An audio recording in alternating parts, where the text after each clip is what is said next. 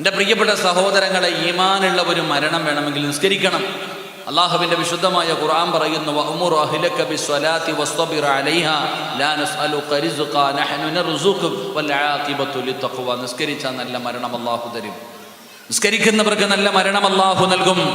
എൻ്റെ പ്രിയപ്പെട്ടവരെ, നിങ്ങൾക്ക് ആർക്കെങ്കിലും നല്ല ഒരു മരണം വേണോ? ഈമാനോടുകൂടിയുള്ള ഒരു മരണം വേണമെന്ന് ആഗ്രഹിക്കും. അത് എളുപ്പത്തിൽ നടക്കുന്ന ഒരു കാര്യമല്ല, അത് പെട്ടെന്ന് നടക്കുന്ന ഒരു കാര്യമല്ല. അതുകൊണ്ട് മഹാനായ നബി മുഹമ്മദ് മുസ്തഫ സല്ലല്ലാഹു അലൈഹി വസല്ലമ തങ്ങൾ പറഞ്ഞു തരികയാണ്, ഈമാനോടുകൂടി മരിക്കാനുള്ള ഒരു എളുപ്പ വഴി എന്തെന്നറിയുമോ? നമ്മളൊക്കെ അള്ളാഹുവിനോട് ദുആ ചെയ്യുമല്ലോ, പടച്ചവനെ സ്വർഗം തരണേ അല്ലാ, പണം തരണേ അല്ലാ, വീട് തരണേ അല്ലാ, മക്കളെ തരണേ അല്ലാ, ആരോഗ്യം തരണേ അല്ലാ, നല്ല ജീവിതം തരണേ അല്ലാ.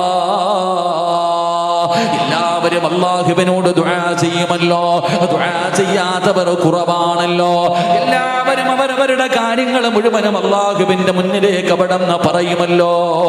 എങ്കിൽ എൻ്റെ പ്രിയപ്പെട്ടവരെ, സ്വർഗം ചോദിക്ക്, പണം ചോദിക്ക്, ആരോഗ്യം ചോദിക്ക്, വീട് ചോദിക്ക്, മക്കളെ ചോദിക്ക്, ജോലി ചോദിക്ക്, എന്തു വേണമെങ്കിലും ചോദിച്ചോ. നിന്റെ റബ്ബ് കരുണയുള്ളവനല്ലേ. പക്ഷേ എല്ലാ ചോദിച്ചു കഴിയുമ്പോ ആ ദുആയ്ക്കകത്ത് ഒന്നുകൂടെ നീ ഉൾപ്പെടുത്തണേ. ഒരു കാര്യം കൂടെ നീ അല്ലാഹുവിനോട് പറയണേ. ഒരു കാര്യങ്ങളും നീ അല്ലാഹുവിനോട് പറയണേ. അല്ലാഹുവിന്റെ പ്രവാചകൻ പറഞ്ഞു, വെറുതെ ദുആ ചെയ്താ പോരാ, വെറുതെ ദുആ ചെയ്താ പോരാ.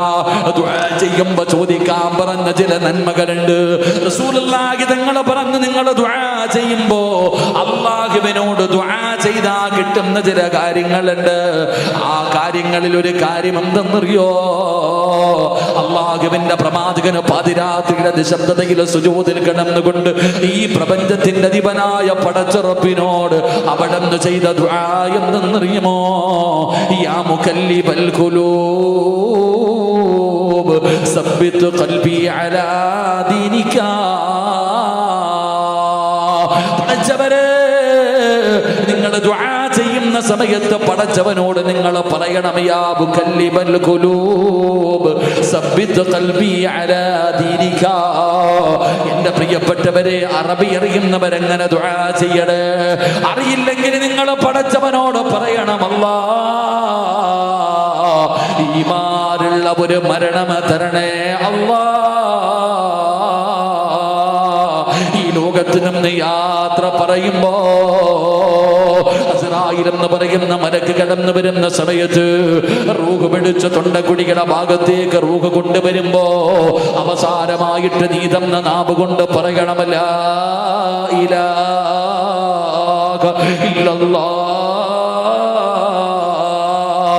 എന്ന് ഷഹാദത്ത് കലിമ പറഞ്ഞു മരിക്കണേ. ഷഹാദത്ത് കലിമ പറഞ്ഞു മരിക്കണേ.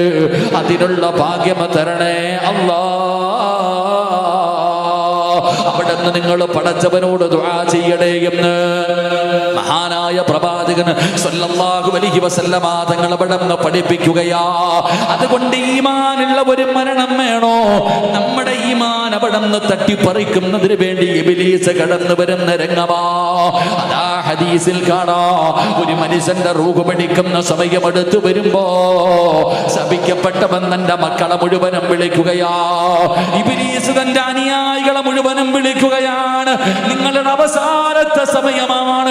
ഒരുത്തൻ മരിക്കാൻ പോകുകയാ, ഒരു മനുഷ്യൻ മരിക്കാൻ പോകുകയാ. ഇനി നിങ്ങൾക്ക് അവസരമില്ല, ഇനി നിങ്ങൾക്ക് അവസരമില്ല. എല്ലാവരും പോകണം. എങ്ങനെയെങ്കിലും അവനെ പിഴപ്പിക്കണം. അവനെ ഈമാനോടുകൂടി മരിക്കാൻ നിങ്ങൾ അനുവദിക്കരുത്. എങ്ങനെയെങ്കിലും അവനെ പിഴപ്പിക്കണമെന്ന് പറഞ്ഞിട്ട് ഓഫർ കൊടുക്കുകയാണ്. ഇബ്ലീസ് അവിടുന്ന് ഓഫർ കൊടുക്കുകയാണ്. ആരാണ് അവനെ കാഫിറായിട്ട് ചാകാൻ അനുവദിക്കുന്നത്? അവനെ മുസ്ലിമായിട്ട് മരിക്കാൻ വിടരുത്. എങ്ങനെയെങ്കിലും നിങ്ങൾ അവന്റെ ഈമാനെ തട്ടിപ്പറിക്ക് എന്ന് പറഞ്ഞുകൊണ്ട് ഇബ്ലീസ് തന്റെ അനുയായികളെ മുഴുവനും പറഞ്ഞു വിടുന്ന സമയവാ. ഉപ്പാ, നിസാരമല്ല, നിസാരമല്ല. അവന് കടന്നു വരുന്നത് എങ്ങനെയെന്നറിയുമോ? റസൂലുള്ളാഹി തങ്ങൾ പറയുകയാണ്, മരിച്ചുപോയ നിന്റെ വാപ്പയുടെ രൂപത്തില്, മരിച്ചുപോയ നിന്റെ ഉമ്മയുടെ രൂപത്തില്, നീ ഏറ്റവും കൂടുതൽ ഇഷ്ടപ്പെടുന്നവരുടെ രൂപത്തിൽ അടുത്തേക്ക് വരികയാണ്. വെള്ളവുമായിട്ട്, പടച്ചവനെ കുടിക്കാനുള്ള വെള്ളവുമായിട്ട് അവൻ നിന്റെ ഇടതുഭാഗത്തേക്ക് കടന്നു വരികയാ. എന്നിട്ട് പറയുന്നു, പറയല്ലേ ഷഹാദത്ത് കലിമ പറയല്ലേ. മജ്‌ലിസ് നൂറിൽ നമ്മൾ പറയുമല്ലോ, ദാഹമൗത്തത് കൂട്ടിയിടും ഇബ്ലീസു കൂസിനെ കാട്ടിടും, നേരല്ലീനവ നട്ടുവാർ ബദിരീങ്ങളാൽ തുണ റബ്ബനാ. വെറുതെ പറയുന്നതല്ല. മരിച്ചുപോയ മാതാപിതാക്കളെ രൂപത്തിന് ചാരത്ത് വന്നിരുന്നിട്ട് നമ്മുടെ ഈമാൻ 30, 40, 50, 60 വർഷക്കാലം നമ്മളെ കൊണ്ട് നടന്ന ഈമാൻ അവിടെ നിന്ന് തട്ടിപ്പറിച്ചു കൊണ്ടുപോകുന്നതിന് വേണ്ടി അവൻ നമ്മുടെ ചാരത്തേക്ക് കടന്നു വരുമെന്ന് നബി മുഹമ്മദ് മുസ്തഫ സല്ലല്ലാഹു അലൈഹി വസല്ലമ തങ്ങൾ അവിടെ നിന്ന് പറഞ്ഞു തരുമ്പോ, സഹോദരാ ദുആ ചെയ്യണേ, നിങ്ങളെ ദുആ ചെയ്യണേ, ഈമാനുള്ള ഒരു മരണം തരണേ അല്ലാ. എപ്പോഴും അല്ലാഹുവിനോട് ദുആ ചെയ്തോ. ഏറ്റവും കുറഞ്ഞത് ഇതെങ്കിലും ചെയ്യ്, ഏറ്റവും കുറഞ്ഞത് ഇതെങ്കിലും ചെയ്യ്. കാരണം അല്ലാഹു കരുണയുള്ളവരാ. എപ്പോഴാണ് ദുആ സ്വീകരിക്കുന്നതെന്നറിയില്ല. അല്ലാഹുവേ, നമ്മൾ ചെയ്യുന്ന ദുആ അല്ലാഹു സ്വീകരിച്ച നമ്മുടെ അവസാനം നന്നാകുമല്ലോ. അതുകൊണ്ട് മരിക്കുന്നതിന് മുമ്പ് ചെയ്യേണ്ട 6 കാര്യങ്ങളിൽ ഒന്നാമത്തെ കാര്യം എന്തെന്നറിയുമോ? യാ അയ്യുഹല്ലദീന ആമനുത്തഖുല്ലാഹ ഹഖ്ക തുഖാതി വലാ തമൂതുന്ന ഇല്ലാ വഅൻതും മുസ്ലിമൂൻ.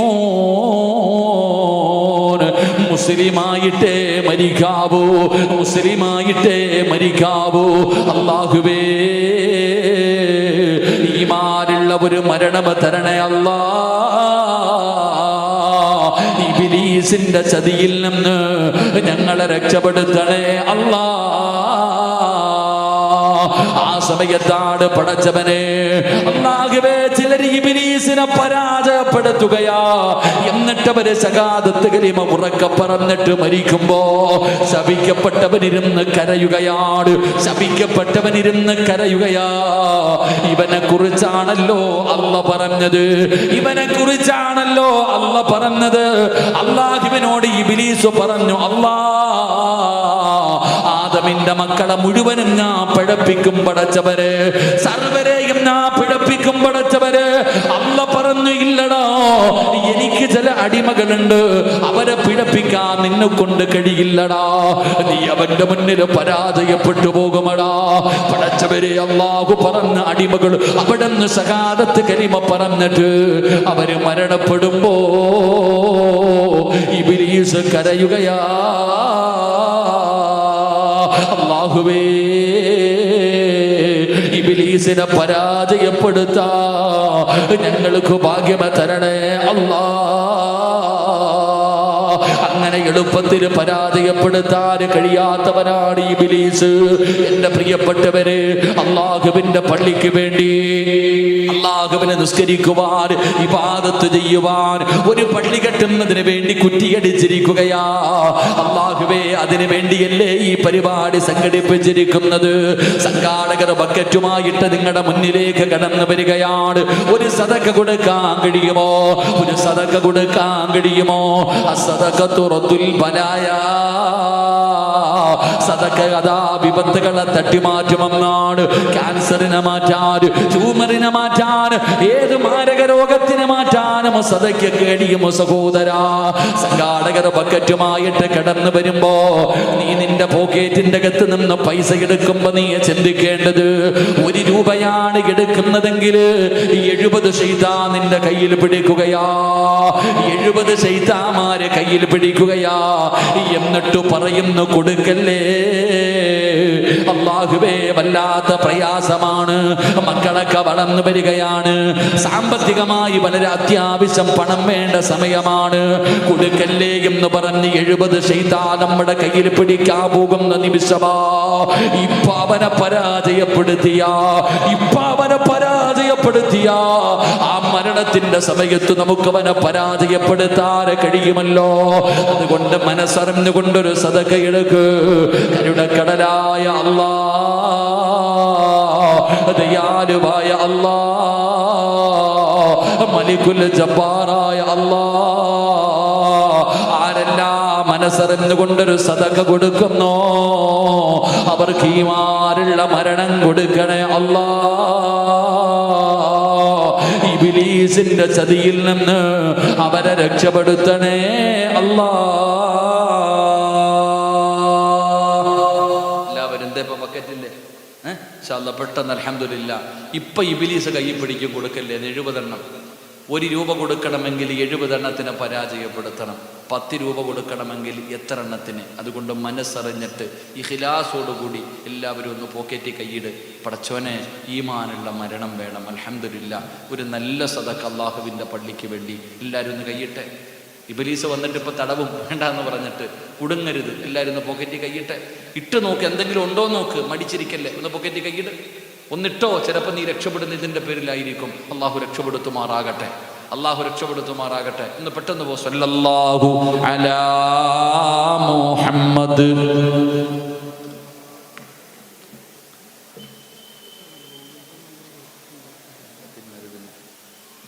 സല്ലല്ലാഹു അലൈഹി വസല്ലം. അല്ലാഹുമ്മ സ്വല്ലി അലാ മുഹമ്മദ് യാ റബ്ബി സ്വല്ലി അലൈഹി വസല്ലം. അല്ലാഹു സ്വീകരിക്കുമാറാകട്ടെ. എല്ലാവരും മോനെ സ്പീഡ് കാണിക്കരുത് കേട്ടോ. നീ എല്ലാവരും പള്ളിക്ക് വേണ്ടിയാ, നിനക്ക് സ്വർഗത്തിൽ പോകാൻ കിട്ടുന്ന അവസരമാണ്. പതുക്കെ നിന്ന് എല്ലാവരും മുന്നിൽ നിന്ന് മേടിച്ചിട്ട് പോയാൽ മതി. അള്ളാഹു ബർക്കത്ത് ചെയ്യുമാറാകട്ടെ. എല്ലാവരും അൽഹംദുലില്ലാ കൊടുക്കുക. അള്ളാഹു സ്വീകരിക്കുമാറാകട്ടെ. അപ്പോൾ ഒന്ന്, ഈ ലോകത്ത് നിന്ന് യാത്ര പറയുന്ന സമയം ഈമാനോടുകൂടി വേണം മരണപ്പെടാൻ. അള്ളാഹു ഭാഗ്യം തരുമാറാകട്ടെ. 2 ഒരു ബക്കറ്റേ ഉള്ളൂ ഉസ്താദേ? ഒന്നേ ഉള്ളൂ, ഒറ്റ ബക്കറ്റേ ഉള്ളൂ. ഓനെങ്ങെത്തുമ്പോഴത്തേക്ക് ശൈത്താൻ പലരെയും കൊണ്ടുപോകും. അതുകൊണ്ടാണ്. കാരണം ചില കാര്യങ്ങൾ പിന്നെ ചെയ്യാമെന്ന് പറഞ്ഞ് മാറ്റി വെച്ച ശൈത്താപ്പ 2 പേരുണ്ട്. എടാ കറുത്ത ഉടുപ്പിട്ട ചങ്ങാതി, അവനെ വിളിയിടാ. സ്പീഡ് പതുക്കെ സ്പീഡ് കുറച്ച് പോട്ടോ. ഷാദ് അൽഹംദുലില്ലാ. എൻ്റെ സഹോദരിമാരുടെ ഭാഗത്തേക്ക് സംഘാടകർ കടത്തി വിട്ടു. അൽഹംദുലില്ലാ. 2 അല്ലാഹു ഈമാൻ നൽകുമാറാകട്ടെ. എൻ്റെ പ്രിയപ്പെട്ട സഹോദരങ്ങളെ, രണ്ടാമത്തെ കാര്യം എന്തെന്നറിയുമോ?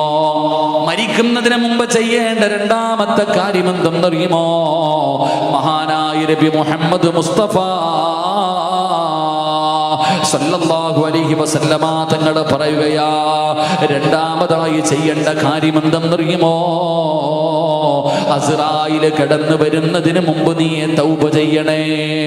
അസ്റായിൽ എന്ന് പറയുന്ന മലക്ക് നിന്റെ റൂഹ് പിടിക്കാൻ കടന്നു വരുന്നതിന് മുമ്പ് ജീവിതത്തിൽ പടച്ചവനെ കണ്ടത് പാപമാണ്, കേട്ടത് പാപമാണ്, പറഞ്ഞത് പാപമാണ്, ചിന്തിച്ചത് പാപമാണ്, പിടിച്ചത് പാപമാണ്, നടന്നത് പാപത്തിലേക്കാണ്. ഒരുപാട് പാപങ്ങൾ ചെയ്തവരാ. അതുകൊണ്ട് അസ്റായിൽ നിന്റെ റൂഹ് പിടിക്കാൻ കടന്നു വരുന്നതിന് മുമ്പ് ചെയ്തു പോയ അപരാധങ്ങൾ മുഴുവനും ഈ ലോകത്തിന്റെ ദിവനായ, പ്രപഞ്ചത്തിന്റെ ദിവനായ, ഈ ലോകം മുഴുവനും അടക്കി ഭരിക്കുന്ന രാജാതിരാജനായ മലക്കുൽ മുഅ്മിനാ പടച്ചറപ്പുണ്ടല്ലോ, ആ അല്ലാഹുവിന്റെ മുന്നിൽ ചെയ്തു പോയ പാപങ്ങൾ മുഴുവനും ഏറ്റുപറഞ്ഞ് തൗബ ചെയ്തിട്ട് വേണം മരിക്കാൻ. തൗബ ചെയ്യാതെ മരിക്കരുത്, തൗബ ചെയ്യാതെ മരിക്കരുത്. എന്റെ പ്രിയപ്പെട്ടവരെ, മരിക്കുന്നതിന് മുമ്പ് തൗബ ചെയ്യണമെന്നാണ് മഹാനായ നബി മുഹമ്മദ് മുസ്തഫ സല്ലല്ലാഹു അലൈഹി വസല്ലമ തങ്ങൾ പറഞ്ഞു തരികയാ. എന്റെ പ്രിയപ്പെട്ടവരെ, അൻ ഇബ്നു ഉമർ റളിയല്ലാഹു തആല അൻഹു അൻ നബി സല്ലല്ലാഹു അലൈഹി വസല്ലമ ഖാല ഇന്നല്ലാഹ യഖ്ബലു തൗബത്തുൽ അബ്ദി മാ ലം യുഗർഗിർ. ഏത് സമയം വരെ നിനക്ക് സമയമുണ്ടെന്നറിയുവോ? ഈ തൊണ്ടക്കുഴിയിൽ റൂഹെത്തുന്ന അവസാന സമയമുണ്ടല്ലോ, അതാ കാലിന്റെ തള്ളവിരൽ മുതൽ റൂഹ് പിടിച്ച് മലക്കുകൾ അതാ റൂഹ് കൊണ്ടുവന്ന തൊണ്ടക്കുഴിയിൽ വെക്കുമല്ലോ. ആ തൊണ്ടക്കുഴിയിൽ റൂഹ് വരുന്നത് വരെ നിനക്ക് സമയമുണ്ട്. അതിനു മുമ്പേ നീ തൗബ ചെയ്യണേ, അതിനു മുമ്പേ നീ തൗബ ചെയ്യണേ. അള്ളാഹുവിന്റെ പ്രവാചകൻ അവിടെ നിന്ന് ഓർമ്മപ്പെടുത്തുമ്പോ നടക്കുമ്പോ എന്റെ പ്രിയപ്പെട്ടവരെ ആരാ തൗബ ചെയ്യുന്നത്? ആരാണ് തൗബ ചെയ്യുന്നത്? എല്ലാവരും പാപം ചെയ്യുന്നവരാണല്ലോ. അല്ലാഹുവിന്റെ റസൂൽ അനസ് റളിയല്ലാഹു തആല അൻഹു ഖാല റസൂലുള്ളാഹി സ്വല്ലല്ലാഹു അലൈഹി വസല്ലം കുല്ലു ബനി ആദമ ഖത്താഉൻ വ ഖൈറുൽ ഖത്താഈന അത്തവാബൂ. പാപം ചെയ്യാത്ത ആരുമില്ല. ആദമിന്റെ സന്തതികൾ മുഴുവനും പാപം ചെയ്യുന്നവരാ. തെറ്റ് ചെയ്യാത്ത ഒരു മനുഷ്യനുമില്ല. നമ്മുടെ പ്രകൃതം തന്നെ അങ്ങനെയാണ്. നമ്മൾ ഒരുപാട് പാപം ചെയ്യുന്നവരാ. പക്ഷേ പാപം ചെയ്യുന്നവരിൽ വെച്ച് ഏറ്റവും നല്ല മനുഷ്യനാരാ? പാപം ചെയ്യാത്ത ആരുമില്ല. കള്ളു കുടിച്ചവരുണ്ട്, വ്യഭിചരിച്ചവരുണ്ട്, പലിശ തിന്നവരുണ്ട്, നിസ്കരിക്കാത്തവരുണ്ട്, ഭാര്യയെ വഞ്ചിച്ചവരുണ്ട്, ഭർത്താവിനെ വഞ്ചിച്ചവരുണ്ട്, ഫോട്ടോ അയച്ചു കൊടുത്തവരുണ്ട്, സെക്സ് വീഡിയോ കണ്ടവരുണ്ട്, ഒരുപാട് വളഞ്ഞ വഴിയിലൂടെ സഞ്ചരിച്ചവരുണ്ട്. പാപം ചെയ്യാത്ത ആരുമില്ല, ആരുമില്ല, ആരുമില്ല. പക്ഷേ പാപം ചെയ്യുന്നവരിൽ ഏറ്റവും നല്ല മനുഷ്യനാരാ? പശ്ചാത്തപിച്ചു മടങ്ങുന്നവനാ. അല്ലാഹുവിന്റെ മുന്നിലത് ഏറ്റു പറയുന്നവനാ. പാപം ചുമന്നുകൊണ്ട് നടക്കല്ലേ, പാപം ചുമന്നുകൊണ്ട് നടക്കല്ലേ. മഹാനായ നബി മുഹമ്മദ് മുസ്തഫ സല്ലല്ലാഹു അലൈഹി വസല്ലമ തങ്ങൾ പറയുകയാ, എന്റെ പ്രിയപ്പെട്ടവരെ, നമ്മുടെ മരണം നമ്മുടെ മുന്നിലേക്ക് കടന്നു വരുന്നതിന് മുമ്പ് തൗബ ചെയ്തിട്ട് വേണം നമ്മൾ മരിക്കാൻ. നമുക്ക് തൗബ ചെയ്യാൻ മടിയാണ്. അല്ലാഹുവിന്റെ മുന്നിൽ ചെയ്തു പോയ പാപങ്ങളേറ്റും മടിയാ. എന്തിനാ ചെറുപ്പക്കാരാ മടി കാണിക്കുന്നത്? 100 കൊല ചെയ്തവൻ അല്ലാഹു പുറത്തു കൊടുത്തില്ലേ? ഒരു കൊല തന്നെ എത്ര വലിയ പാപമാണ്. ഒരാൾ അന്യായമായിട്ട് കൊല്ലുന്നത് ഈ ഭൂമിയിലുള്ള സർവ്വരെയും കൊല്ലുന്നത് പോലെയാ. 99 പേരെ കൊന്നു, 100ാമത്തവനെയും കൊന്നു. 100 പേരെ കൊന്ന മനുഷ്യൻ അല്ലാഹുവിന്റെ മുന്നിൽ പശ്ചാത്തപിച്ചു മടങ്ങിയപ്പോ അല്ലാഹു അവന് പുറത്തു കൊടുത്തില്ലേ? അല്ലാഹു ആ മനുഷ്യന് സ്വർഗം കൊടുത്തില്ലേ? അതുകൊണ്ട് ചെറുപ്പക്കാരാ, പാപമോ ചുമന്നുകൊണ്ട് നടക്കല്ലേടാ പൊന്നുമോന്. ചെയ്തു പോയ പാപങ്ങൾ അല്ലാഹുവിന്റെ മുന്നിൽ ഏറ്റുപറ, പശ്ചാത്തപിക്കടാ. എന്തേ നിനക്ക് കഴിയാത്തത്? നീ എത്ര വലിയ പാപം ചെയ്തവനാണെങ്കിലും നീ പേടിക്കണ്ട. കല്ല് കുടിച്ചെന്ന് പറഞ്ഞ് പേടിക്കണ്ട. ജീവിതത്തിൽ വ്യഭിചരിച്ചു പോയി എന്ന് പറഞ്ഞ് ഭയപ്പെടണ്ട. മോനെ, അല്ലാഹു കരുണയുള്ളവനാണ്. എത്ര വലിയ പാപം ചെയ്താലും നിന്റെ റബ്ബ് പുറത്തു തരുന്നവനാ. അല്ലാഹു ഗഫൂറാ, അല്ലാഹു റഹീമാ. അല്ലാഹു പുറത്തു തരുന്നവനാടാ. ആ പടച്ച റബ്ബിന്റെ മുന്നിൽ നിന്റെ പാപങ്ങൾ മുഴുവനും ഏറ്റുപറയൂ. കാരണം പാപങ്ങൾ പടച്ച റബ്ബിന്റെ മുന്നിൽ ഏറ്റുപറയാതെ മരണപ്പെടരുത്. കാരണം എന്തെന്നറിയുവോ? തൗബ ചെയ്യാതെ മരിക്കല്ലേ. പലരും പിന്നെ ചെയ്യാം. പാപം ചെയ്തവർ പിന്നെ ചെയ്യാമെന്ന് പറഞ്ഞ്, പിന്നെ നന്നാകാമെന്ന് പറഞ്ഞു മാറ്റിവെക്കുന്നവരുണ്ട്. സഹോദരാ, ഒരു രാത്രി പോലും തൗബ ചെയ്യാതെ ഉറങ്ങരുത്. തൗബ ചെയ്തിട്ടേ ഉറങ്ങാവോ. കാരണം വമാ തദ്രീ നഫ്സുൻ മാദാ തക്സിബു ഗദാ. നാളെ നിനക്ക് എന്താണ് സംഭവിക്കുന്നതെന്ന് പറയാൻ അല്ലാഹുവിന് മാത്രമല്ലേ അറിയൂ. മോനെ, നാളെ നിനക്ക് എന്തേ സംഭവിക്കുന്നതെന്ന് പറയാ. വമാ തദ്രീ നഫ്സുൻ ബിഅയ്യി അർദിൻ തമൂത്. എപ്പോഴെവിടെ വെച്ചാണ് മരണം വരുന്നതെന്ന് പടച്ച റബ്ബിനല്ലേ അറിയുള്ളൂ. ചോദിക്കാ സമയം കിട്ടണമെന്നില്ല, യാത്ര പറയാ സമയം കിട്ടണമെന്നില്ല. പടച്ചവനെയതാ വൈകുന്നേര സമയത്ത് ഭാര്യയും ഭർത്താവും ഒരുമിച്ച് ഭക്ഷണം കഴിച്ച് കിടപ്പറയിൽ കയറി, രണ്ടുപേരും ഒരുമിച്ച് ഒരു കട്ടിലിൽ, ഒരു മെത്തയിൽ, ഒരു പുതപ്പിന്റെ കീഴില് രണ്ടുപേരും കൂടെ കെട്ടിപ്പിടിച്ചു കിടക്കുകയാ. രാവിലെ സുബഹിന്റെ സമയത്ത് ഭാര്യ എഴുന്നേറ്റിട്ട് തന്റെ ചാരത്ത് കിടക്കുന്ന പ്രിയപ്പെട്ട ഭർത്താവിനെ വിളിക്കുമ്പോ, അല്ലാഹുവേ എഴുന്നേക്കുന്നില്ല. പടച്ചവരെ, ഭാര്യ പോലും അറിഞ്ഞില്ല അവിടെ കിടന്നു മരണപ്പെട്ടു പോയത്. തന്റെ ഭർത്താവ് ചാരത്ത് കിടന്നു മരിച്ചതുപോലും അടുത്ത് കിടക്കുന്ന ഭാര്യ അറിഞ്ഞിട്ടില്ല. സമയം കിട്ടിയില്ല സഹോദരാ, സമയം കിട്ടിയില്ല ചെറുപ്പക്കാരാ. അതുകൊണ്ട് പാപങ്ങളും ചുമന്നുകൊണ്ട് നടക്കല്ലേ, പാപങ്ങളും ചുമന്നുകൊണ്ട് നടക്കല്ലേ. അള്ളാഹുവിന്റെ പ്രവാചകൻ പറയുന്നു, നിങ്ങൾ തൗബ ചെയ്യാതെ ഉറങ്ങരുത്. നമ്മളിൽ പലരും തൗബ ചെയ്യുന്നവരാണ്. എങ്ങനെയാണ് തൗബ ചെയ്യേണ്ടതെന്ന് നമുക്കറിയില്ല, എങ്ങനെയാണ് തൗബ ചെയ്യേണ്ടതെന്നറിയില്ല. നമ്മൾ അള്ളാഹുവിനോട് പറയും, പടച്ചവനെ പാപം പുറത്തുതാ, പാപം പുറത്തുതാ. മോനെ, വെറുതെ പറഞ്ഞാ പോരടാ, പറയുന്നതിലൊരു ഇഖ്ലാസ് വേണം ചെറുപ്പക്കാരാ. അതിനൊരുപാട് പറയണമെന്നില്ല, ഒരുപാട് നിലവിളിക്കണമെന്നില്ല. പറയേണ്ടത് ഒരു വാക്കാണെങ്കിലും ഇഖ്ലാസോടുകൂടി പറഞ്ഞാ എത്ര വലിയ പാപവും അല്ലാഹു പുറത്തു തരുമല്ലോ. ഒരു ചരിത്രം പറഞ്ഞു തരാ, എങ്ങനെയാണ് തൗബ ചെയ്യേണ്ടത്, എങ്ങനെയാണ് തൗബ ചെയ്യേണ്ടത്. അല്ലാഹുവിന്റെ പ്രവാചകൻ നബി മുഹമ്മദ് മുസ്തഫ സല്ലല്ലാഹു അലൈഹി വസല്ലമ തങ്ങളുടെ ചാരത്തൊരു മനുഷ്യന് കിടന്നു വന്നു.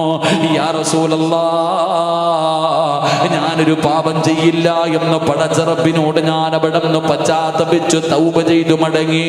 പിന്നെയും ഞാനത് ചെയ്തു നബിയേ. അള്ളാന്റെ റസൂൽ സല്ലല്ലാഹു അലൈഹി വസല്ലമ തങ്ങളുടെ മുന്നിൽ ഒരു ചെറുപ്പക്കാരൻ വന്നിട്ട് പറഞ്ഞു, നബിയെ, ഞാൻ അള്ളാഹുവിനോട് ഒരു പാപം ചെയ്യില്ല എന്ന് പറഞ്ഞു, പശ്ചാത്തപിച്ചു മടങ്ങി. പിന്നെയും ഞാൻ ചെയ്തു, എന്ത് ചെയ്യണം? തൗബ ചെയ്യണം. പിന്നെയും ഞാൻ ചെയ്തു, എന്ത് ചെയ്യണം? തൗബ ചെയ്യണം. പിന്നെയും ഞാൻ ചെയ്തു, എന്ത് ചെയ്യണം? തൗബ ചെയ്യണം. കള്ള് കുടിക്കില്ല എന്ന് നീ അള്ളാഹിനോട് തൗബ ചെയ്തു. ഇനി വ്യഭിചരിക്കില്ല, ഇനി സീരിയൽ കാണില്ല എന്ന് അള്ളാഹുവിനോട് നീ പശ്ചാത്തപിച്ചു മടങ്ങി. പിറ്റേ ദിവസവും നീ കണ്ടു, എന്ത് ചെയ്യണം? പിന്നെയും തൗബ ചെയ്യണം. പിന്നെയും നീ കണ്ടു, പിന്നെയും തൗബ ചെയ്യണം. പിന്നെയും കണ്ടു, പിന്നെയും തൗബ ചെയ്യണം. ഏതുവരെ ഇബ്ലീസിന് മനസ്സിലാകണം ഇനി ഇവനെ കൊണ്ട് പാപം ചെയ്യിപ്പിച്ചിട്ട് കാര്യമില്ല. നീ കള്ളു കുടിച്ചു, ചെയ്യില്ല എന്ന് തീരുമാനിച്ചു. പിറ്റേ ദിവസം കൂട്ടുകാർ ഫ്രീ ആയിട്ട് മേടിച്ചു വന്ന് കുടിച്ചു, പിന്നെയും തൗബ ചെയ്യണം. പിന്നെയും കുടിച്ചു, പിന്നെയും തൗബ ചെയ്യണം. ഇങ്ങനെ കുടിച്ച് തൗബ ചെയ്ത് ഏതുവരെ? അവസാനം നിന്നെ കുടിപ്പിക്കണ ശൈത്താനുണ്ടല്ലോ, അവന് തന്നെ തോന്നണം ഇനി ഇവനെ കുടിപ്പിച്ചിട്ട് കാര്യമില്ല, തോറ്റു പോകണം. അതുവരെ തൗബ ചെയ്യണം. അല്ലാഹു ഈമാൻ നൽകുമാറാകട്ടെ. നമ്മൾ തൗബ എന്ന് പറഞ്ഞാൽ എന്താ? നിലവിളിയല്ല, നമ്മളിങ്ങനെ വിളിച്ചു കൂവി, അതൊന്നും അല്ലപ്പോൾ. അത് നബി സല്ലല്ലാഹു അലൈഹി വസല്ലമ തങ്ങൾ പറയുന്നുണ്ട്, ഒരാളിരുന്ന് ഇങ്ങനെ പൊട്ടിക്കരയുക, വല്ലാതെ വിളിച്ചു കൂവിയിട്ട് ദുആ ചെയ്യുക. ആ സമയത്ത് നബി സല്ലല്ലാഹു അലൈഹി വസല്ലമ തങ്ങൾ പറഞ്ഞത്, ആ ചങ്ങാതി എടുത്ത് പോയി പറയാൻ, അവൻ്റെ റബ്ബ് ചെവി കേൾക്കുന്ന ആടാ, ചെവി കേൾക്കാത്ത ആടല്ലെന്ന്. ഒരുപാട് നിലവിളിക്കാനും പാടില്ല, ഒരുപാട് ശബ്ദം കുറയ്ക്കാനും പാടില്ല. രണ്ടിൻ്റെയും മധ്യമായ രീതി. തൗബ എന്ന് പറഞ്ഞാൽ എന്താണെന്നറിയോ? ഒരു ഉദാഹരണം പറഞ്ഞു തരാം. തൗബ എന്ന് പറഞ്ഞാൽ എന്താണെന്ന് പഠിക്കാൻ ഒരു ഉദാഹരണം പറഞ്ഞു തരാം. നമ്മുടെ തൗബ പോലല്ല. അള്ളാഹു നമുക്ക് ഈമാൻ നൽകുമാറാകട്ടെ. മഹാനായ കലീമുല്ലാഹി മൂസാ നബി അലൈഹിസ്സലാം, മൂസാ നബിയുടെ ജനത മൂസാ നബിയുടെ മുന്നിൽ വന്നിട്ട് പറഞ്ഞു, തങ്ങളെ നബിയുടെ വന്നിട്ട് പറഞ്ഞു, മഴയില്ല, ആകെ പ്രശ്നമാണ്. നമ്മൾ മഴ കൊണ്ടാ പ്രശ്നം അല്ലേ? അവിടെ വന്നിട്ട് പറഞ്ഞു, മഴയില്ല, വല്ലാതെ പ്രയാസവാ, ആർക്കും കുടിക്കാൻ വെള്ളമില്ല, മൃഗങ്ങൾക്ക് പോലും വെള്ളമില്ല നബിയെ, വല്ലാത്ത പ്രയാസവാ, അതുകൊണ്ടൊരു പരിഹാരം. മൂസാ നബി അലൈഹിസ്സലാം പറഞ്ഞു, ഒരു ദിവസം എല്ലാവരും ഒരുമിച്ച് കൂടാൻ പറഞ്ഞു. ഒരു വലിയ ഗ്രൗണ്ടിൽ എല്ലാവരും ഒരു ഗ്രൗണ്ടിൽ ഒരുമിച്ച് കൂടാൻ പറഞ്ഞു. അങ്ങനെ ജനങ്ങൾ മുഴുവനും ഒരുമിച്ച് കൂടി. ചരിത്രം പറയുന്നു 70,000-ൽ പരം ആൾക്കാരുണ്ടായിരുന്നു. 70,000-ൽ പരം വരുന്ന ആൾക്കാർ മുഴുവനും ഒരു ഗ്രൗണ്ടിൽ ഒരുമിച്ച് കൂടി. മഹാനായ കലീമുല്ലാഹി മൂസാ നബി അലൈഹിസ്സലാം അവിടുന്ന് പടച്ച റബ്ബിനോട് ദുആ ചെയ്യുകയാ. അല്ലാഹുവിനോട് അവിടുന്ന് ദുആ ചെയ്തു, അല്ലാഹ്, മഴയില്ലാതെ വല്ലാതെ പ്രയാസപ്പെടുന്നു അല്ലാഹ്, വെള്ളമില്ലാതെ വല്ലാതെ ബുദ്ധിമുട്ടുകയാണ്, അതുകൊണ്ട് ഞങ്ങൾക്ക് നീ മഴ തരണേ അല്ലാഹ്. മൂസാ നബി അവിടുന്ന് ദുആ ചെയ്യുകയാ. മൂസാ നബി അവിടുന്ന് ദുആ ചെയ്യുകയാ. എൻ്റെ പ്രിയപ്പെട്ടവരെ, മഴ പെയ്യുന്നില്ല. മൂസാ നബി അവിടുന്ന് ദുആ ചെയ്തു, മഴ പെയ്യുന്നില്ല. അതാ വരുന്ന മുഖറബുൽ അംലാക്ക് മലക്ക് ജിബ്രീൽ. അതാ മൂസാ നബിയോട് പറയുന്ന, മൂസാ നബിയേ, ദുആ സ്വീകരിക്കൂല, മഴ പെയ്യൂല, മഴ പെയ്യൂല, ദുആ സ്വീകരിക്കില്ല. കാരണമെന്ത് ജിബ്രീൽ? കാരണമെന്താണ് ജിബ്രീൽ? മൂസാ നബിയേ, ഇരിക്കുന്ന ജനങ്ങളുടെ നടുവില്, ഇരിക്കുന്ന ജനങ്ങളുടെ നടുവില് അല്ലാഹുവേ 40 വർഷമായിട്ട് പടച്ചവനെ മറന്നു നടക്കുന്ന ഒരുത്തനുണ്ട്. 1-2 വർഷമല്ല, 40 വർഷമായിട്ട് പടച്ചവനെ ധിക്കരിച്ചുകൊണ്ട് അല്ലാഹുവിനെ മറന്നുകൊണ്ട് നടക്കുന്ന ഒരുത്തൻ ഈ മജ്ലിസിലുണ്ട്. അവൻ എഴുന്നേറ്റ് പോകാതെ ഇവിടുന്ന് ദുആയിക്ക് ഉത്തരമില്ല. അല്ലാഹുവേ, മൂസാ നബി അവിടുന്ന് ചിന്തിക്കുന്നു, ആരാ അല്ലാഹ് 40 വർഷമായി പടച്ചവനെ മറന്നുകൊണ്ട് ധിക്കാരിയെ പോലെ നടക്കുന്ന ആ മോശക്കാരനായ മനുഷ്യനാരാ അല്ലാഹ്? മൂസാ നബി അവിടുന്ന് വിളിച്ചു പറയുകയാ, ഈ കൂട്ടത്തിൽ പടച്ചറപ്പിനെ മറന്നു നടക്കുന്ന ഒരാളുണ്ട്. 40 കൊല്ലമായി പടച്ചവനെ മറന്നു നടക്കുന്ന ഒരു തനി മജ്ലിസിൽ ഇരിപ്പുണ്ട്. അവൻ എഴുന്നേറ്റ് പോകാതെ ഇന്നിവിടുന്ന് മഴ പെയ്യൂല. അല്ലാഹുവേ, ജനങ്ങൾ പരസ്പരം നോക്കുന്നു, ആരാ അല്ലാഹ്? 40 കൊല്ലമായി പടച്ചറപ്പ് ചെയ്യുന്ന അനുഗ്രഹങ്ങൾ മുഴുവനും 2 കൈയും നീട്ടി സ്വീകരിച്ചിട്ട് അവന് നന്ദികേട് കാണിച്ചു കൊണ്ട് നടക്കുന്ന മനുഷ്യരാരോ? അല്ലാഹുവേ, ജനങ്ങൾ പരസ്പരം അവിടെ നിന്ന് നോക്കുകയാണ്. ആരെങ്കിലും എഴുന്നേൽക്കുന്നുണ്ടോ? ആരെങ്കിലും എഴുന്നേൽക്കുന്നുണ്ടോ? ജനങ്ങൾ മുഴുവനും പരസ്പരം നോക്കുമ്പോ 40 കൊല്ലമായിട്ട് പടച്ചവനെ മറന്നു നടക്കുന്ന മനുഷ്യനും കേൾക്കുകയാണ്, അല്ലാഹുവേ, എന്നെ കുറിച്ചാണല്ലോ പറയുന്നത്, എന്നെ കുറിച്ചാണല്ലോ പറയുന്നത്. അല്ലാ, ഞാനിപ്പോ ഇവിടെ നിന്ന് എഴുന്നേറ്റാൽ ജനങ്ങളെല്ലാവരും എന്നെ അറിയുമല്ലോ. അല്ലാ, ഞാൻ എഴുന്നേറ്റില്ലെങ്കിൽ മഴ പെയ്യില്ലല്ലോ. അല്ലാ, മഴ പെയ്യില്ലല്ലോ. അല്ലാ, ആ മനുഷ്യന്റെ മനസ്സിന്റെ ഉള്ളിൽ വല്ലാത്ത ഒരു വേദന തോന്നുകയാണ്. അവിടുന്ന് കുറ്റബോധം തോന്നുകയാണ്. അവിടുന്ന് ഞാൻ ചെയ്തത് പാപമാണെന്നുള്ള ഒരു ചിന്ത കടന്നു വരികയാണ്. ആ മനുഷ്യൻ അവിടെ ഇരിക്കുകയാണ്. ആ ഇരുന്ന ഇരിപ്പില് അടുത്തിരിക്കുന്നവര് പോലും കേൾക്കാതെ ആ മനുഷ്യൻ പറയുന്നു, അല്ലാ, ഇന്നുവരെ ഞാൻ ചെയ്തത് മുഴുവനും പാപമാണല്ലോ. എങ്ങനെയാണ് തൗബ ചെയ്യേണ്ടത്? എങ്ങനെയാണ് ഇത് ഏറ്റു പറയേണ്ടത്? പറയേണ്ടത് എങ്ങനെയാണെന്ന് പോലും എനിക്കറിയില്ല. അല്ലാ, പടച്ചവനെ, ഇന്ന് വരെ ചെയ്തത് പാപമാ, ഇനി ഒരിക്കലും ചെയ്യില്ല. അല്ലാ, ഇനി ഒരിക്കലും ചെയ്യില്ല. അല്ലാ, ഇനി എന്റെ ജീവിതത്തിൽ ഒരിക്കലും ഇതുപോലെ നിന്നെ മറന്ന് ഞാൻ നടക്കില്ല തമ്പുരാന്. എനിക്ക് നീ പുറത്തുകാതാ അല്ലാ, എനിക്ക് നീ പുറത്തു തരണേ അല്ലാ. ആ മനുഷ്യൻ അവിടെ ഇരുന്ന് കൊണ്ട് പടച്ചറപ്പിന്റെ ദർബാറിലേക്ക് കരങ്ങൾ ഉയർത്തിയിട്ട് ആ മനുഷ്യൻ അവിടെ ഇരുന്ന് തൗബ ചെയ്യുകയാണ്. ആ മനുഷ്യൻ പറയുന്നു, റബ്ബേ, എന്റെ തൗബ സ്വീകരിച്ചാൽ മഴ തരണേ അല്ലാ, മഴ തരണേ അല്ലാ. അല്പസമയം കഴിയുമ്പോ കാർമേഘങ്ങൾ കടന്നു വരികയാണ്. ആകാശത്ത് കാർമേഘങ്ങൾ കടന്നു വരികയാണ്. മഴത്തുള്ളികൾ ഭൂമിയിലേക്ക് വീഴുകയാ, മഴ പെയ്യുകയാ, മഴ പെയ്യുകയാ. മൂസാ നബി ചിന്തിച്ചു, അല്ലാ, ആരും എഴുന്നേറ്റ് പോയില്ലല്ലോ. അല്ലാ, ആരും എഴുന്നേറ്റ് പോയില്ലല്ലോ. അല്ലാ, പടച്ചവനെ, പിന്നെ മഴ പെയ്തല്ലോ. മൂസാ നബിയേ, ആ മനുഷ്യൻ അല്ലാഹുവിനോട് തൗബ ചെയ്തപ്പോ, ആ മനുഷ്യൻ അല്ലാഹുവിനോട് തൗബ ചെയ്തപ്പോ അതിന്റെ സന്തോഷത്തിൽ അല്ലാഹു മഴ തന്നതാ നബിയേ. തൗബ എന്ന് പറയുന്നത് ഇതിനാണ് തൗബ എന്ന് പറയുന്നത്. ഒരുപാട് നിലവിളിച്ചില്ല, ഒരുപാട് വിളിച്ചുകൂവിയില്ല, മണിക്കൂറുകൾ ദുആ ചെയ്തില്ല. പറഞ്ഞത് ഒരേ ഒരു വാക്ക്, അതിന് ഇഖ്ലാസ് ഉണ്ടായിരുന്നു, ആത്മാർത്ഥത ഉണ്ടായിരുന്നു. ഇനി ഒരിക്കലും ചെയ്യില്ലെന്നുള്ള ഉറച്ച തീരുമാനമുണ്ടായിരുന്നു. അതുകൊണ്ടാണ് അവിടെ നിന്ന് മഴ പെയ്തതെന്ന് ചരിത്രം പറയുമ്പോ എന്റെ പ്രിയപ്പെട്ടവരെ എപ്പോഴെവിടെ വെച്ചാണ് മരണം വരുന്നതെന്നറിയില്ലല്ലോ. അത് വയത് പറയുന്ന സദസ്സിലാണോ, പ്രസംഗിക്കുന്ന സമയത്താണോ, റോഡിലാണോ, വാഹനത്തിലാണോ, വീട്ടിലാണോ, നിസ്കാരപ്പായിലാണോ, പടച്ചവനെ ഹോസ്പിറ്റലിലാണോ, എവിടെയാണെന്ന് നമുക്കറിയില്ലല്ലോ. തൗബ ചെയ്യാ സമയം കിട്ടണമെന്നില്ലല്ലോ, നാവ് പൊങ്ങാൻ പറ്റണമെന്നില്ലല്ലോ. അതുകൊണ്ട് പടച്ചവനെ ജീവിതത്തിൽ ചെയ്തു പോയ പാപങ്ങൾ മുഴുവനും പടച്ചറപ്പിന്റെ ദർബാറിലേക്ക് അവിടെ നിന്ന് കരങ്ങൾ ഉയർത്തിയിട്ട് കരഞ്ഞുകൊണ്ട് പറയാൻ കഴിയണം. അള്ളാഹുവിന്റെ റസൂൽ അവിടെ നിന്ന് പറഞ്ഞല്ലോ, അള്ളാഹിനെ കുറിച്ച് നിങ്ങൾ പേടിക്കണ്ട, നീ എത്ര വലിയ പാപം ചെയ്താലും നിന്റെ റബ്ബാരാ. ഖുൽ യാ ഇബാദിയല്ലദീന അസ്റഫൂ അലാ അൻഫുസിഹിം ലാ തഖ്നതൂ മിർ റഹ്മത്തില്ലാഹ്.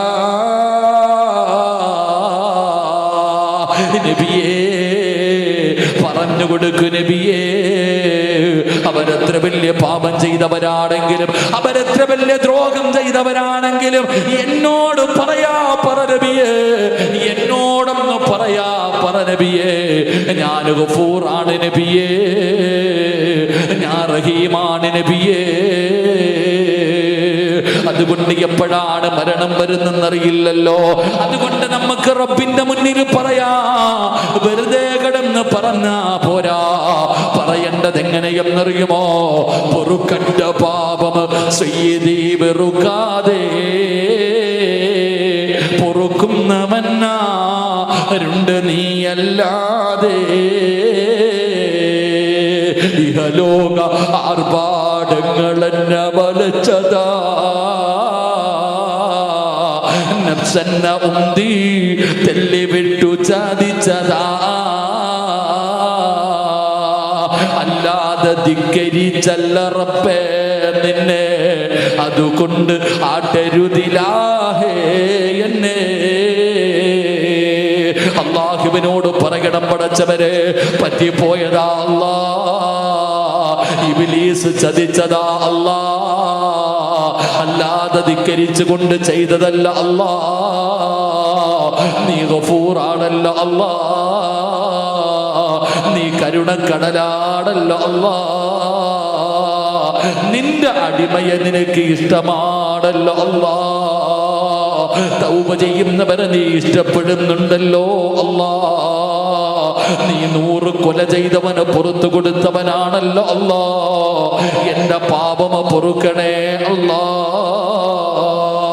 ആത്മാർത്ഥമായിട്ട് ദുആ ചെയ്യണേ, ആത്മാർത്ഥമായിട്ട് തൗബ ചെയ്യണേ, അല്ലാതെ ചുമന്നുകൊണ്ട് നടക്കരുത് മോനെ. എത്ര വലിയ പാപവും ചുമന്നുകൊണ്ട് നടക്കരുത്. അല്ലാഹുവിന്റെ റസൂൽ അവിടെന്ന് പറഞ്ഞു, സ്വഹാബാ, ഒരു തെറ്റിന്റെ പേരില് അല്ലാഹു 2 പ്രാവശ്യം ശിക്ഷിക്കില്ല എന്ന് ആദരവായ പ്രവാചകൻ നബി മുഹമ്മദ് മുസ്തഫ സല്ലല്ലാഹു അലൈഹി വസല്ലമ തങ്ങൾ പറഞ്ഞു, ഒരു തെറ്റിന്റെ പേരിൽ അല്ലാഹു 2 പ്രാവശ്യം ഒരു മനുഷ്യനെ ശിക്ഷിക്കൂല. കാരണം അല്ലാഹു നീതിമാനാ, അല്ലാഹു നീതിമാനാ. ഇത് പറയുമ്പോഴാണ് ലോകത്തിന്റെ നേതാവിന്റെ മുന്നിൽ ഒരു സഹാബി കടന്നു വരുന്നത്. മഹാനായ മാഇസ് റളിയല്ലാഹു തആല അൻഹു, ചെറുപ്പക്കാരനായ സ്വഹാബിയാണ്. അല്ലാഹുവിന്റെ പ്രവാചകന്റെ ചാരത്ത് വന്നിട്ട് പറയുന്നു, നബിയേ, ഞാൻ വ്യഭിചരിച്ചു നബിയേ, എന്നെ ശുദ്ധീകരിക്കണം നബിയേ. അല്ലാഹുവിന്റെ പ്രവാചകൻ അവിടെന്ന് കേൾക്കാത്തതുപോലെ അല്ലാഹുവിന്റെ റസൂൽ അവിടെന്ന് പറഞ്ഞു വിടുകയാ. കാരണം ഇസ്ലാമിന്റെ നിയമം എന്തെന്നറിയുമോ? അതാ വ്യഭിചരിച്ചവനെ എറിഞ്ഞു കൊല്ലണമെന്നാണ്.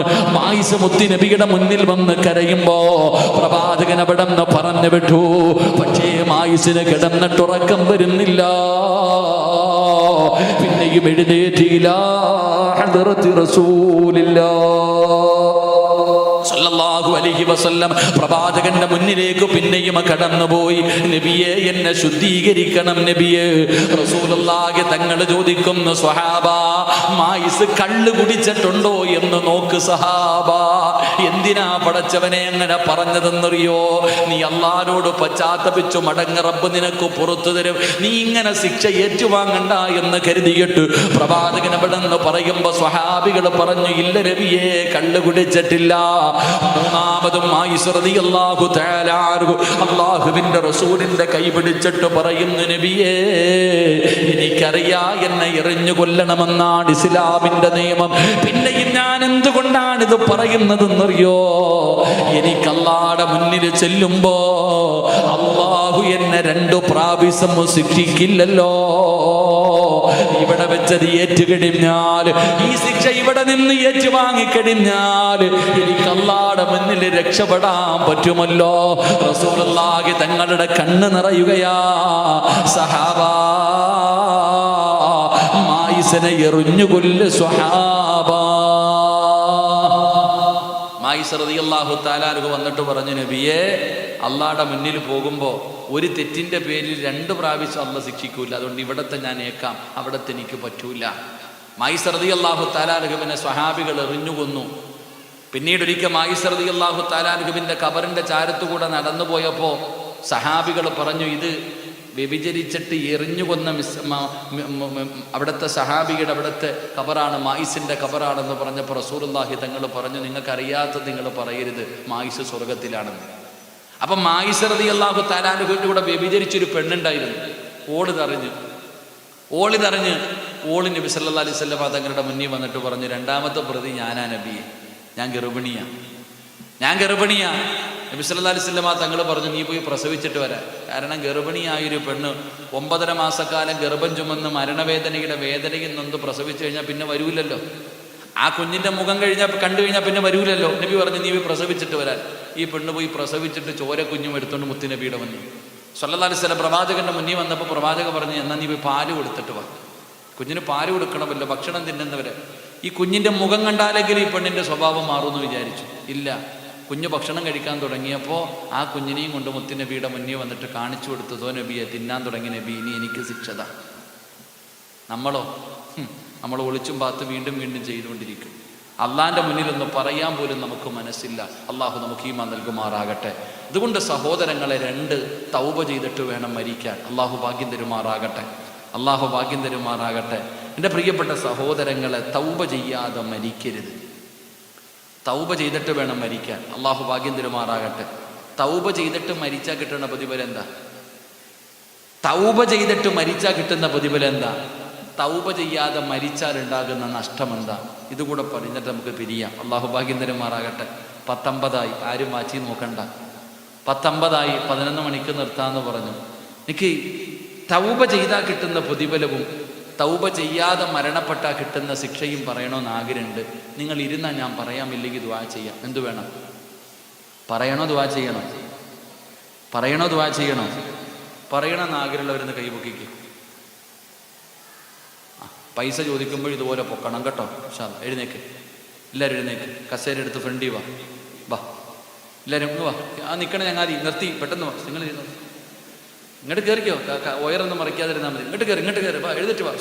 കസേര എടുത്തും കയറിക്കോ. അൽഹംദുലില്ലാ. എല്ലാവരും അടുത്തേക്ക് ഇങ്ങോട്ട് കയറി ഇരിയാക്കാം. നിങ്ങളുടെ മുഖം ഒന്ന് കാണട്ടെ, കൊറോണ ഒന്നും പിടിക്കത്തില്ല. വാ. എല്ലാവരും കസേര എടുത്ത് ഫ്രണ്ടി വാ. ബിസ്മില്ലാ. എടുത്തിട്ട് വാ ചങ്ങാതി. എന്താ വെടി കൊണ്ടതുപോലെ ഇരിക്കണേ? എല്ലാവരും എഴുന്നേക്ക്. ചെറുപ്പക്കാരൊക്കെ എഴുന്നേക്ക്. ബാബാ. സല്ലല്ലാഹു അലാ മുഹമ്മദ്.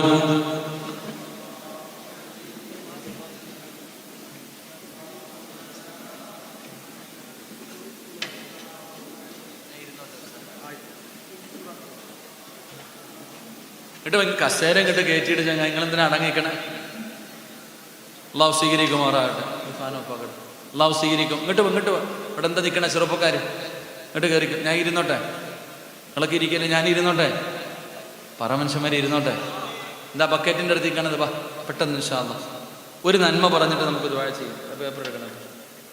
ഇൻഷാ അല്ലാഹ് പെട്ടെന്ന് ഇങ്ങോട്ട് കയറി വാ ചങ്ങാതി. നിങ്ങളെന്തിനാ അകന്നിരിക്കണേ? ഇങ്ങോട്ട് കയറിക്ക. എൻ്റെ കുട്ടികൾ വരെ എടുത്തുകൊണ്ട് വരുന്നു. ഇൻഷാ അല്ലാഹ്. അൽഹംദുലില്ലാ. പെട്ടെന്ന് ഇൻഷാ അല്ലാഹ്. അള്ളാഹു സ്വീകരിക്കുമാറാകട്ടെ. നിങ്ങൾ കഴിഞ്ഞോ? ഞാൻ തുടങ്ങട്ടെ? കഴിഞ്ഞില്ലേ? അല്ലേ, ഒന്ന് ചിരിക്കറോ? ഒന്ന് ചിരിക്കാൻ. സുബ്ഹാനല്ലാഹ്. മനുഷ്യന്മാരെ പുഞ്ചിരിക്കുന്നത് സദക്കയാണെന്ന് നബി മുഹമ്മദ് മുസ്തഫ സല്ലല്ലാഹു അലൈഹി. ഒന്ന് പുഞ്ചിരിച്ചേ. കൊലച്ചിരി ഇരിക്കാനല്ല, പുഞ്ചിരിക്കാനാ പറഞ്ഞത്. ഒന്ന് ചിരിച്ചേ. അൽഹംദുലില്ലാഹ്. അല്ലാഹു സദക്കയുടെ കൂലി നൽകുമാറാകട്ടെ. എൻ്റെ പ്രിയപ്പെട്ട സഹോദരങ്ങളെ, തൗബ ചെയ്തിട്ട് വേണം മരിക്കാൻ. തൗബ ചെയ്തിട്ട് മരിച്ചാൽ കിട്ടുന്ന പ്രതിഫലം എന്തെന്നറിയും? ഇന്നിപ്പോൾ നമ്മൾ ഇവിടെ ഇരുന്നു കൊണ്ട് തൗബ ചെയ്യുക. ഇന്ന് ഈ മജ്‌ലിസിൽ ഇരുന്നു കൊണ്ട് നമ്മൾ അള്ളാഹുവിൻ്റെ മുന്നിൽ ആത്മാർത്ഥമായിട്ട് തൗബ ചെയ്തു. ഇവിടെ നിന്ന് പിരിഞ്ഞു പോകുന്ന വഴിയിൽ നിങ്ങൾ ആരെങ്കിലും മരിച്ചു, ഇന്ന് രാത്രി ഇവിടെ നിന്ന് പിരിഞ്ഞു പോയി, നിങ്ങൾ മരിച്ചുപോയി. നാളെ നിന്റെ ജനാസ ഇവിടുത്തെ പള്ളിയിലേക്ക് കൊണ്ടുപോയി, ഉസ്താദൊക്കെ കൊണ്ടുപോയി, നമസ്കാരമെല്ലാം കഴിഞ്ഞു. പള്ളിപ്പറമ്പിലേക്ക് നിന്റെ മയ്യത്ത് കൊണ്ടുപോകുമ്പോൾ ഖബറാളികൾക്ക് വലിയ സന്തോഷമാണ്. ഖബറാളികൾക്ക് വലിയ സന്തോഷമാണ് നീ പോകുന്നത്. കാരണം നീ തൗബ ചെയ്തിട്ട് മരിച്ചവനാ. നീ അള്ളാഹുവിൻ്റെ മുന്നിൽ ചെയ്തു പോയ പാപങ്ങൾ മുഴുവനും ഏറ്റുപറഞ്ഞ് തൗബ ചെയ്തിട്ട് മരിച്ചവനാ. നീ പോകുമ്പോൾ ഖബറാളികൾക്ക് വലിയ സന്തോഷം. എന്തിനെന്നറിയോ? ആദരവായ പ്രവാചകൻ നബി മുഹമ്മദ് മുസ്തഫ സല്ലല്ലാഹു അലൈഹി വസല്ലമ തങ്ങൾ പറയുകയാ, നിന്റെ ജനാസ ഖബറിൻ്റെ അകത്ത് ഇറക്കി വെക്കുമ്പോൾ നിന്റെ ഖബറിൻ്റെ ചാരത്ത് കിടക്കുന്ന ഖബറാളികളുണ്ടല്ലോ, നിന്റെ അയൽവാസികൾ, പള്ളിപ്പറമ്പിൽ കിടക്കുന്ന ഖബറാളികൾക്ക് വലിയ സന്തോഷം. നിന്റെ ഖബറിൻ്റെ ചാരത്ത് കിടക്കുന്ന ഖബറാളികൾക്ക് പോലും നിന്റെ ബറക്കത്ത് കൊണ്ട് അള്ളാഹു അവർക്ക് പുറത്തു കൊടുക്കുമെന്ന് നബി മുഹമ്മദ് മുസ്തഫ. ഇത് പള്ളി കെട്ടിക്കൊടുത്തവന്റെ പ്രതിഫലമല്ല, ഹജ്ജ് ചെയ്തവന്റെ പ്രതിഫലമല്ല, ഹാഫിളിൻ്റെയോ ആലിമിൻ്റെയോ പ്രതിഫലമല്ല. ജീവിതത്തിൽ തെറ്റ് ചെയ്തിട്ട് ആ തെറ്റ് അള്ളാഹുവിൻ്റെ മുന്നിൽ ഏറ്റുപറഞ്ഞ നിനക്ക് കിട്ടുന്ന പ്രതിഫലമല്ല, നിന്റെ അയൽവാസിക്ക്. നിന്റെ ഖബറിൻ്റെ ചാരത്ത് കിടക്കുന്നവന് പോലും അള്ളാഹ് പുറത്തു കൊടുക്കുമെങ്കിൽ നിനക്കല്ല തരുന്ന പ്രതിഫലം എന്താണെന്ന് ചിന്തിക്ക്. അള്ളാഹു ഈമാൻ നൽകുമാറാകട്ടെ. അള്ളാഹ് ഈമാൻ നൽകുമാറാകട്ടെ. ഇല്ല, തൗബ ചെയ്യാതെയാണ് മരിക്കുന്നതെങ്കിൽ പള്ളിപ്പറമ്പിലേക്ക് പോകുമ്പോൾ അവിടെ കിടക്കുന്ന ഖബറാളികൾ നിന്നെ ശപിക്കും. എടാ സിറാജെ, എൻ്റെ മയ്യത്ത് കുളിപ്പിച്ചത് നീയായിരുന്നല്ലോ. എടാ എനിക്ക് വേണ്ടി ഖബറ് കുടിച്ചത് നീയായിരുന്നല്ലോ. എൻ്റെ മയ്യത്ത് കഫം പൊതിഞ്ഞത് നീയായിരുന്നല്ലോ. എന്നെ ഖബറടക്കാൻ ഖബറിൽ ഇറക്കി വെച്ചത് നീയായിരുന്നല്ലോടാ. അള്ളാഹു നിനക്ക് ഇത്രയും അവസരം തന്നിട്ട് നീ കളഞ്ഞല്ലോടാ. നീ ഒന്ന് തൗബ ചെയ്തിരുന്നെങ്കിൽ നീയും രക്ഷപ്പെടുമായിരുന്നു, ഞങ്ങളും രക്ഷപ്പെടുമായിരുന്നു. നീ ചെയ്തില്ലല്ലോടാ എന്ന് ഖബറാളികൾ പോലും നിന്നെ ശപിക്കുമെന്ന് നബിയുനാ റസൂലുള്ളാഹി സ്വല്ലല്ലാഹു. അള്ളാഹു നമ്മളെ കാത്തിരക്ഷിക്കുമാറാകട്ടെ. ഖബറാളികൾ പോലും നമ്മളെ ശപിക്കുന്നൊരവസ്ഥ. അതുകൊണ്ട് എൻ്റെ പ്രിയപ്പെട്ടവരെ, നമുക്ക് അള്ളാഹുവിൻ്റെ മുന്നിൽ തൗബ ചെയ്യാം. ഇന്ന് ജീവിതത്തിൻ്റെ അവസാനത്തെ രാത്രിയാണോ നമുക്കറിയില്ല. ജീവിതത്തിൻ്റെ അവസാനത്തെ രാത്രി ഇന്നത്തെ രാത്രിയാണോ എന്ന് നമുക്കറിയില്ല. അതുകൊണ്ട് അള്ളാഹുവിൻ്റെ മുന്നിൽ നമുക്കൊന്ന് പശ്ചാത്തപിക്കാം. വെറുതെ ദുആ ചെയ്താൽ പോരാ, വെറുതെ ദുആ ചെയ്താൽ പോരാ. അള്ളാഹുവിന്റെ പ്രവാചകൻ സല്ലല്ലാഹു അലൈഹി വസല്ലമ തങ്ങൾ പറഞ്ഞു, നിങ്ങൾ ദുആ ചെയ്യുന്ന സമയത്ത് നിങ്ങൾ കരയണം. ദുആ ചെയ്യുന്ന സമയത്ത് നിങ്ങൾ കരയണം. നമ്മളെ കൊണ്ട് കരയാൻ കഴിയില്ല. ദുആ ചെയ്യുന്ന സമയത്ത് ആത്മാർത്ഥമായി നമ്മൾ ചെയ്തു പോയ പാപം ഓർത്തിട്ട് നമുക്ക് കരയാൻ പറ്റൂല. അത് റസൂലുള്ളാഹി തങ്ങൾക്കറിയാ. അതുകൊണ്ട് പ്രവാചകൻ പറഞ്ഞു, നിങ്ങൾ അഭിനയിക്കണേ, നിങ്ങൾ കരയുന്നവരെ പോലെ അഭിനയിക്കണേ, നിങ്ങൾ കരയുന്നവരെ പോലെ അഭിനയിക്കണേ. എൻ്റെ പ്രിയപ്പെട്ട സഹോദരങ്ങളെ, ജീവിതത്തിൽ ചെയ്തു പോയ പാപങ്ങൾ മുഴുവനും പടച്ച റബ്ബിന്റെ മുന്നിലേക്ക് ഏറ്റുപറയുമ്പോ നമുക്കൊന്ന് അഭിനയിക്കാം, കരയുന്നവരെ പോലെ ഒന്ന് അഭിനയിക്കാം. അങ്ങനെയെങ്കിലും നമ്മുടെ പാപമൊന്ന് പടച്ച റബ്ബ് പുറത്തു തരുമല്ലോ. അതുകൊണ്ട് എൻ്റെ പ്രിയപ്പെട്ട സഹോദരാ, പടച്ചവനെ, 50ഉം 60ഉം വയസ്സ് വരെ പ്രായമുള്ള വാപ്പയും ഉമ്മമാരും ഇവിടെ ഇരിപ്പുണ്ട്. വാപ്പാ ജീവിതത്തിൽ എന്ത് ചെയ്തു വെച്ചിട്ടുണ്ട്? ഇന്ന് രാത്രി നീ മരണപ്പെട്ടു പോയാൽ, ഇന്ന് നിന്റെ ജീവിതത്തിൽ അവസാനത്തെ രാത്രിയാണെങ്കിൽ നെഞ്ചത്ത് കൈവച്ചിട്ട് നീ ഒന്ന് ചിന്തിച്ചു നോക്ക്, നീ എന്ത് ചെയ്തു വെച്ചിട്ടുണ്ട്? നീ വീട് കെട്ടിയിട്ടുണ്ട്. ആർക്ക് വേണ്ടി? നിന്റെ മക്കൾക്ക് വേണ്ടി. നിന്റെ ഭാര്യയ്ക്ക് കിടന്ന് സുഖിക്കാൻ നിന്നെ പള്ളിപ്പറമ്പിൽ കൊണ്ട് കുഴിച്ചിട്ടിട്ട് മക്കള് തല്ല. എന്തിനു വേണ്ടി നീ പണിത നിന്റെ വീടിന് വേണ്ടി, ബാങ്കിൽ കിടക്കുന്ന നിന്റെ പണത്തിന് വേണ്ടി? പടച്ചവനെ, മക്കള് നിന്നെ തിരിഞ്ഞു നോക്കുന്നില്ല. പാപ്പാടെ ഖബർ എവിടെയാണെന്ന് മക്കൾക്കറിയാറില്ല. യാസീൻ ഓതുന്ന മക്കളില്ല. തിരക്കല്ലേ, തിരക്കല്ലേ. പടച്ചവനെ, സഹോദരാ, നിനക്ക് വേണ്ടി നീ എന്ത് ചെയ്തു വെച്ചിട്ടുണ്ട്?